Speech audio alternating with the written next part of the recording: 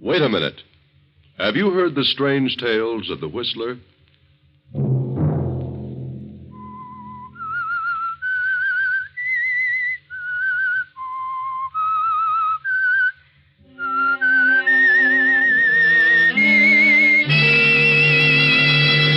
I'm the Whistler. I didn't steal the money. I just wanted to use it for a few days. I was going to put it back, but things went wrong. Now there's going to be a change of ownership. That means an early audit. Sunday night, and again, CBS presents The Whistler.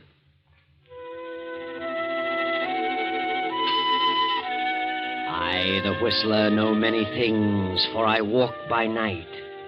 I know many strange tales, many secrets hidden in the hearts of men and women who have stepped into the shadows. And so I tell you tonight the tale of the accounting.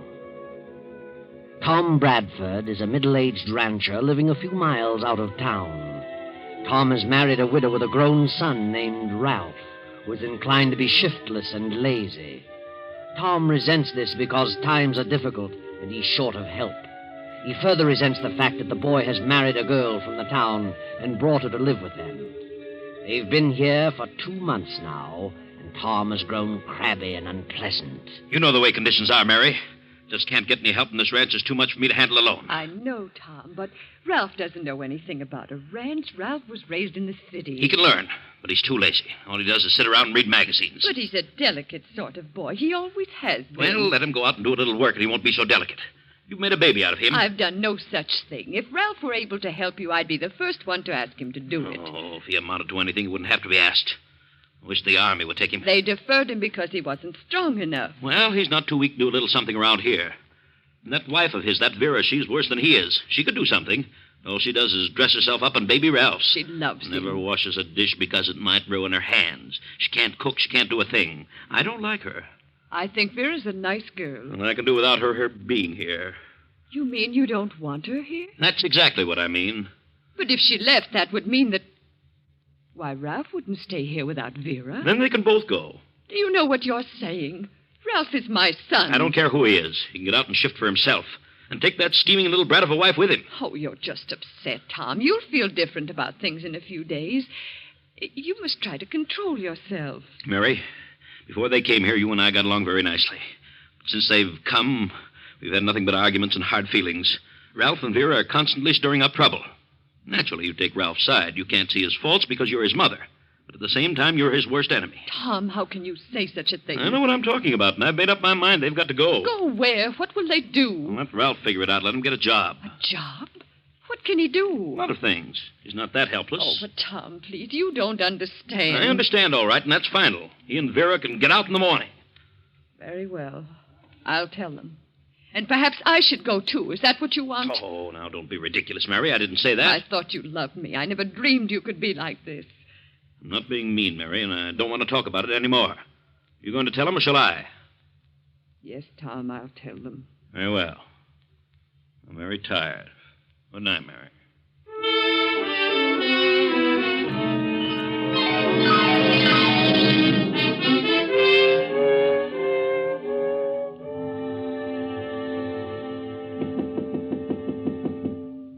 Yes? Ralph, darling, it's Mother. May I come in? Oh, yes, Mother. Sorry to disturb you so late, but I have to talk to you and Vera. Oh, yeah? What's the matter? Well, It's about Tom. What about him? Well, I don't know how to say it. Say what? What's wrong with him? I don't know. He just isn't himself. You know how terribly upset he's been lately. Yeah. But he doesn't understand, Ralph. He just doesn't understand. Understand what? He doesn't understand you. You and Vera. What's wrong with me? Nothing, Vera. It's just Tom. He's in one of those spells. He doesn't like anything or anybody. You mean he saw it? Yes, Ralph. He's terribly upset. Well, what have I done? Well, he thinks you're lazy. He's angry because you won't help him around the ranch. What? Oh, that's silly. What do I know about a ranch? Nothing. I told him that, but he said you could learn. Well, I wouldn't last half a day doing this kind of work. I'm not the type. He's terribly unreasonable. He refuses to see it that way. Well, oh, to heck with him, then. I'm lazy, too. Is that what he thinks? Yes, Vera. I'm terribly sorry and embarrassed. We aren't farmers. I'm not going to let Vera tend those confounded chickens, and I'm not going to milk any cows. Ralph. What does he think I am? Please, Ralph, don't get excited. Well, if he feels that way about me, I'll get out. What? You'll do no such thing. We'll stay right here till I get ready to leave. Ralph, darling, Tom wants you to leave in the morning. What? Well, of all the nerve. This is your house, too, isn't it? Yes, but Ralph, if you stay here, you'll have to work, and I don't want you to have to do that. You couldn't stand it. It wouldn't be good for you. You mean you want us to leave? No, I don't want you to. But I've thought it all over, and I think you'd better go into town. But don't worry, I'll see that you get along all right. How? Well, I'll have to get a job. Well, maybe you can find something to do, something light. What a fine mess. I'm sorry, darling. But you better go in the morning. Go? I wouldn't stay around here another day. Well, I know bookkeeping. Maybe I could get a job in the bank. That isn't such hard work. No, but don't worry, darling. I won't. Good night.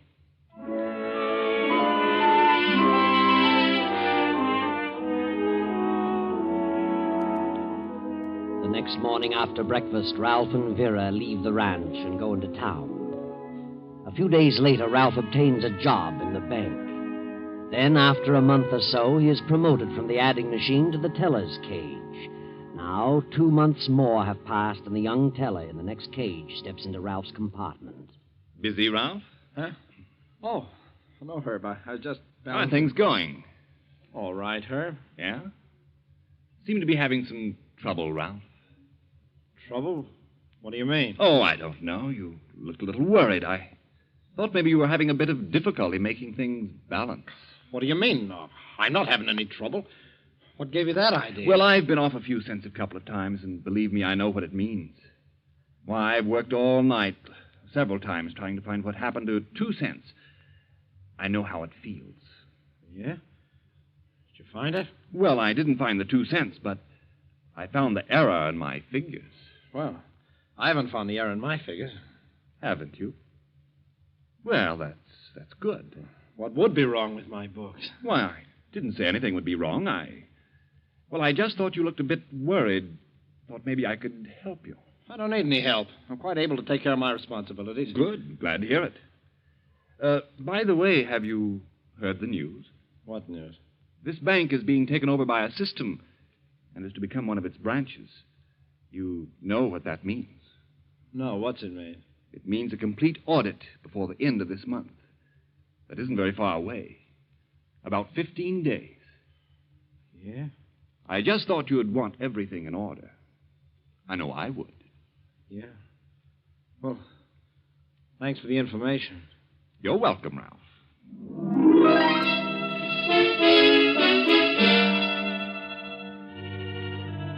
For a few moments, Ralph stands in a stupor. Perspiration stands out in large beads on his forehead. For the next hour, he studies over his books frantically. Then, when closing time comes, he rushes home. Hello, darling. Oh, you have no idea how much I've missed you all day. Yeah? Kiss me. Yeah. What's the matter with you? Nothing. Well, I'm certainly disappointed. What about? You come in like this with a long face and look at the lovely dinner I fixed for you. I'm not very hungry, Vera. I got a headache. Oh, poor darling. You eat something and then I'll rub your head for you. No, I don't want anything. Let me alone, please. Ralph, what on earth is wrong with you? Nothing's wrong with me. Shut up. How dare you talk to me like that? Who do you think you are? I'm sorry, darling. I'm just upset. I'm all on edge. What about? Just my nerves. It's more than nerves. Why don't you tell me what's happened? Who said anything had happened? I can tell. Have you lost your job? No. Is that fellow you lost $50 to in that poker game threatening you? Is that it? Look, Vera, I'm in a spot. I don't know what to do. The bank is changing hands, and there'll be an audit before the end of the month. Well, what of it? What's that to do with the poker player? Oh, nothing. I paid him off, but it wasn't $50. Wasn't 50? What was it? $2,000.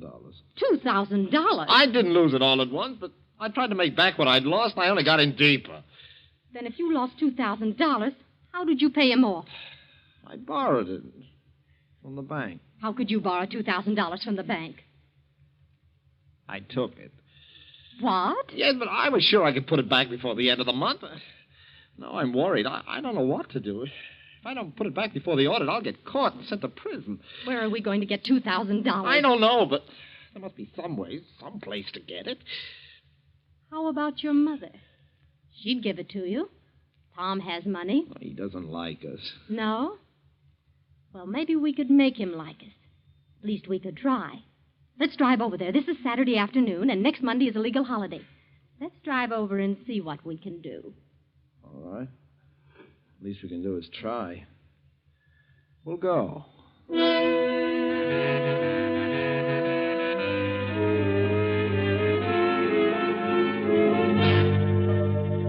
Ralph and Vera drive to the ranch.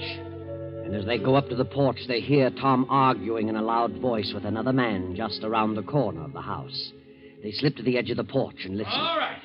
All right, I'll tell you what I'm going to do. I've given you all the time I can, Miller. You've been on that piece of land for 2 years now, and you haven't paid $1 beyond the down payment. I've tried my best to make it pay. I've worked hard. Oh, you haven't done a thing. You know what you are? You're just one of those lazy subsistence farmers. Just grow enough to eat and let it go at that. That's a lie, Bradford. Oh, is it? I'm foreclosing tomorrow. There's a lot of money tied up in that land, and I need it. Well, so have I. Every cent I have is there. I want you out of there by tomorrow. But look here. My wife is sick. I can't leave now. I won't. Oh, can't you? Won't you? Well, you'd better be out by noon, Miller. Well, you just try it. I guess as soon kill you as look at you. What did you say? Get out of there. Get out of there! I'll go. But you just remember what I said. Wow. What do you think of that? Come on. Let's go on in and talk to your mother. Tom's going to have a stroke one of these days. He's been warned about those fits of temper. Might be a good thing for everybody if something did happen to him. Yeah? Maybe so. Oh, hello, Ralph, darling. I didn't expect you down today. He has an extra day off, so we thought we'd come down. Did you hear Tom arguing with that fellow Miller just now? Yes, I heard them. Tom better not play around with Miller. He's a tough-looking customer. Tom gets worse every day. He rants and raves at the least little thing. Hasn't spoken to me civilly for weeks.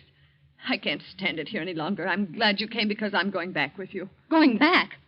Leaving Tom? I've got to. He's unbearable. Oh, but, Mother, you can't leave him. That is, not just now. Why not? Well, you've got to put up with him for a while longer because Why don't you tell her, Ralph? Ralph, what is it? What's happened? Ralph is in trouble. He needs some money. Oh, darling, what's happened? Tell Mother. Well, I borrowed some money from the bank. I have to pay it back before the end of the month. How much? $2,000. What? Good heavens.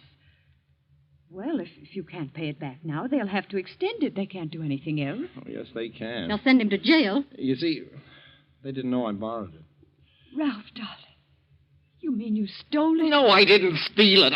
I was just wanted it for a few days. I was going to pay it back, but things went wrong, and now there's going to be a change of ownership, and that means an audit. He's got to have the money right away. But what can I do? I haven't any You've such... got to get it from Tom. You've got to. But Tom needs every cent he has to hold on to this place. Well, you can ask him.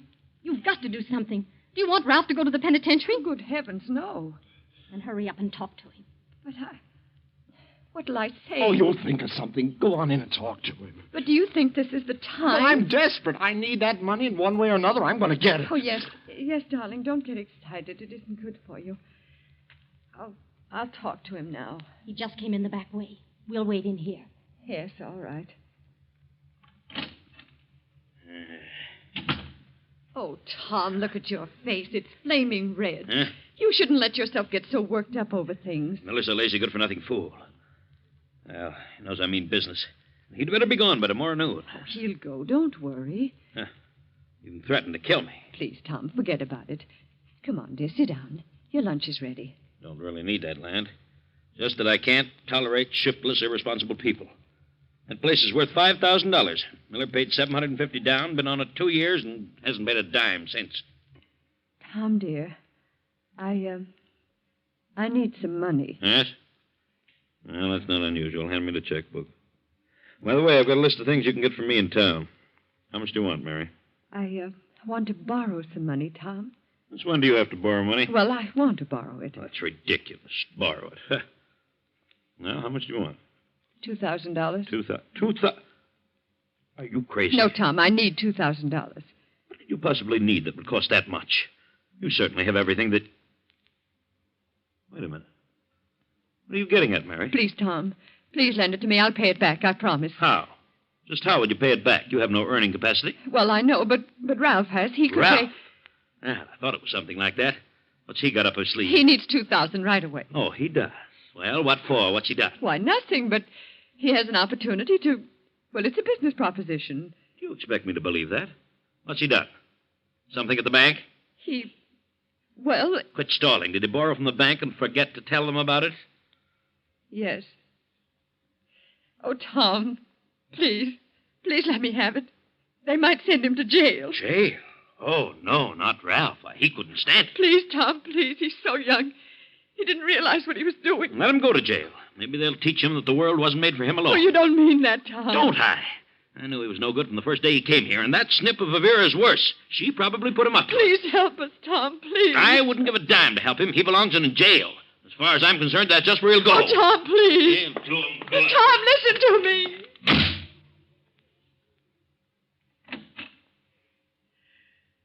Oh, Ralph, darling. He refused. He won't help us. I heard him, the stingy old crab. So he doesn't like me, eh? Well, he should know what I think about him. I could stick a knife between his ribs. And, well, Yeah? You really could? yes. What are you saying? What are you thinking? Nothing, Mother, nothing. I'm just thinking Tom isn't in very good health. He ought to be careful about those rages. He's likely to die in one of those spells. Yes. That would be too bad. Has Tom any living relatives? No, Well, I hope for your sake, Mother, that he's kept up on that insurance policy. but he has. Let's see now. How much was that? 50,000, wasn't it? Yes? That's a lot of money. Oh. But we mustn't talk like this. Mother would feel terrible if Tom should... Well, after all, he's her husband. She loves him. Yes. Yes, of course. But you'll have to face it sooner or later. He's getting along in years. On the other hand, he may live a long time yet. Who knows? Yeah. I'd be afraid of that Miller after the threats we heard him make. Ralph, darling, Yes, Mother? What were you going to say? Nothing. I wasn't going to say anything. Come on, Vera. Let's get our things out of the car.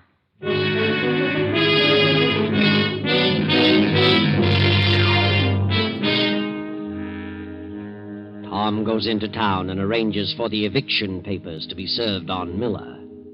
He returns late that evening and goes straight to bed. The night passes and morning comes. Tom, being an outdoor man, is usually up before sunrise. But this morning only Mary, Ralph, and Vera appear for breakfast. Finally, Mary, becoming worried, goes to Tom's room and knocks. He does not answer. She opens the door and screams in horror. There on the bed lies Tom, stabbed in the heart.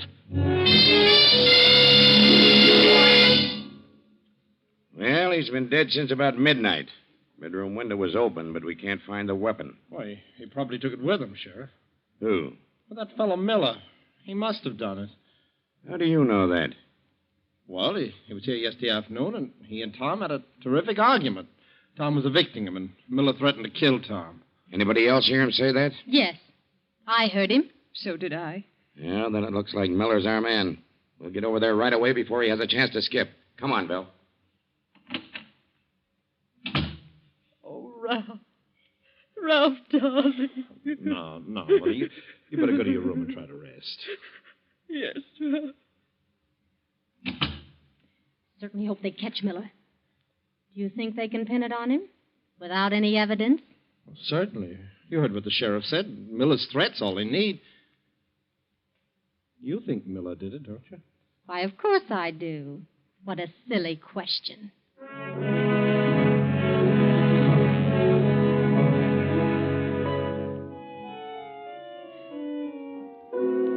When the sheriff arrives, he finds that Miller has gone. They put out a search for him. Now, Ralph is back at the bank in the cage next to Herb.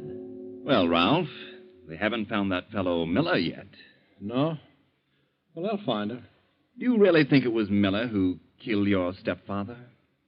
Well, of course I do. He threatened to kill him. 3 of us heard him. Well, sometimes people say things that they never mean to carry out. Oh, you should have heard him. He meant it. Maybe he did. But that doesn't mean he did it.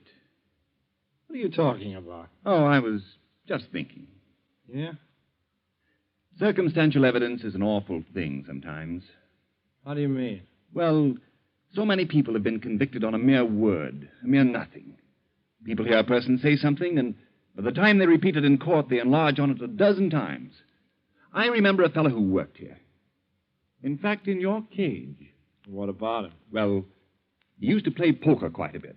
And one night he made a haul, won $400 or $500, and went flashing his roll around town and boasting. So what? What's wrong with that? Well, he went into the drugstore and started showing off, and when the old druggist asked him where he got all of that money, he kiddingly remarked that he had robbed the bank. Well, that got around and finally took on a serious tone. They checked up here at the bank, and sure enough, there was a $500 shortage. And even though his pals swore that he'd won it in the game, they convicted him on his statement and sent him up. Well, maybe he did steal it. He had the opportunity. I have. And you have. Yeah? Well, is he still in the pen? No, he was lucky. He got out after 5 years. How'd he get out? He was exonerated. Another teller confessed to it later. They sent him up and let the other kid out. Oh, he was lucky. 5 years, huh? Yep. It's a long time. It'd be a shame if Miller were convicted in the same way, and then they later found out that he was innocent. Wouldn't it? Yeah, but he did it. He had the motive, the opportunity. He said he'd do it. Well, he may not have been the only one with the motive. It's after 3. I'm going to run along. See you in the morning, Herb. So long.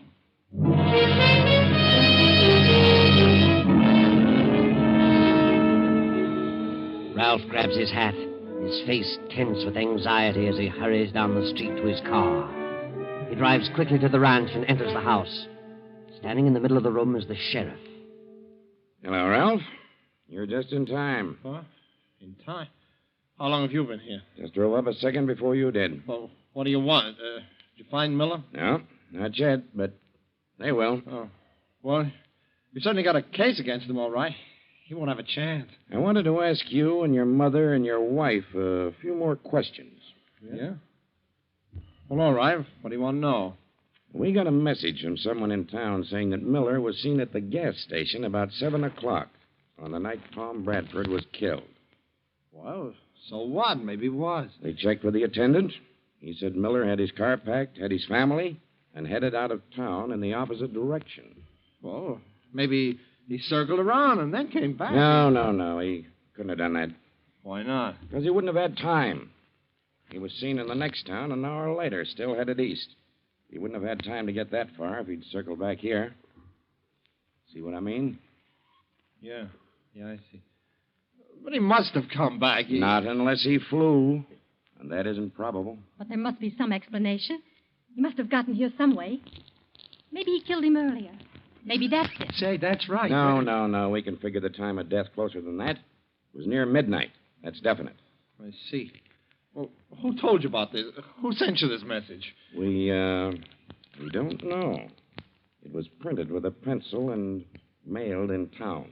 Yeah? Is that all it said? Well, no. There was more to it. Huh? What else? Oh, there's always cranks butting into cases like this. Amateur detectives are always getting hunches, and, they're seldom ever right. Well, what did it say? I'll tell you. Calm down. Yes, Ralph, take it easy. Oh, yes, darling. Don't be so upset. It isn't good for you. Well? It said that the real murderer would probably be found in the immediate household of Tom Bradford. What? And since we haven't found the weapon, we might check over the house. I never heard of such a That's thing. the biggest bunch of nonsense I ever heard of. Why, my mother loved Tom Bradford. So did I. So did Vera. He was like a father to us. Please, Ralph, don't shout so. Well, my partner's been looking over the place while we've been talking. I imagine that he'll find... Just a minute. I hate to bother you right now, but, Here you are, Sheriff. Take a look at this. Well, a knife. Mm-hmm. Apparently covered with blood. That's right. I found it in Mrs. Bradford's room. Right under the mattress. What? Well, how did it get there? Yes, Mrs. Bradford. How did it get there? I put it there.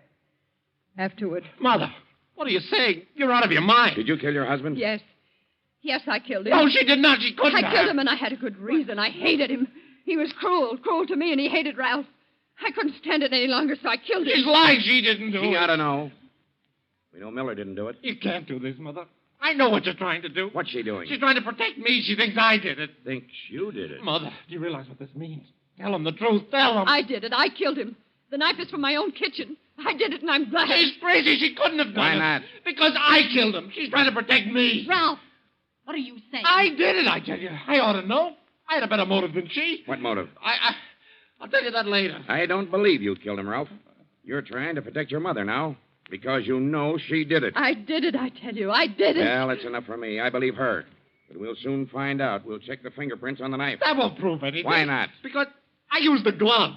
Mother must have taken the knife from the body and hidden it, thinking that I'd slipped up. That's just so much talk, and you're just shooting in the dark. Come on, Bill.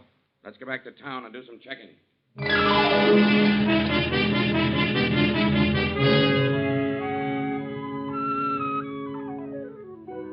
But the only fingerprints on the knife were Mary's, and try as he might, Ralph could not convince them that he wasn't trying to shield his mother.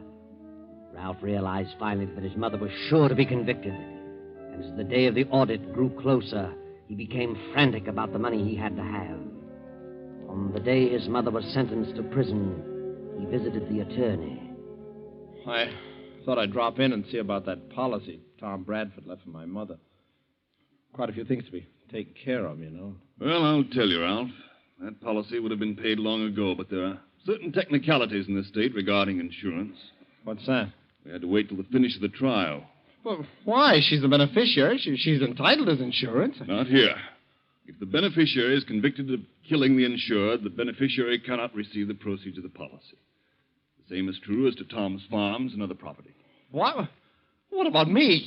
I'm the son. There are no other heirs. You were not the blood kid to Tom Bradford, and you were not legally adopted.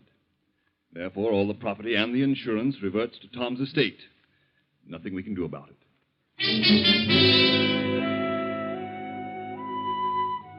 Well, Ralph, there you are, holding the bag. Now you've got to face the music at the bank. With all your scheming, nothing was gained. You planned to kill Tom and blame it on Miller, but instead got your mother upset and she killed him because she wanted to keep you from doing it. That's what you believe, Ralph, but you're wrong. I know. Your mother didn't do it. She found the body and removed the knife, thinking you'd slipped up. It was your dear little wife, Vera, who did it, and she'll never tell. But she'll pay for it later. I know.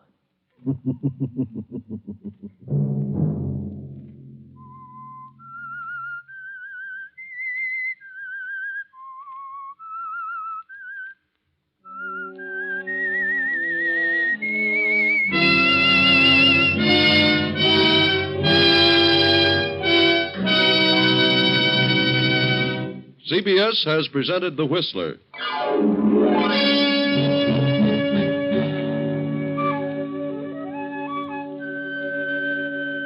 Original music for this production was composed and conducted by Wilbur Hatch. The Whistler is written and directed by J. Donald Wilson and originates from Columbia Square in Hollywood.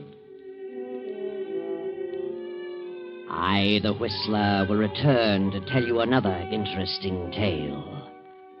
Good night. This is the Columbia Broadcasting System.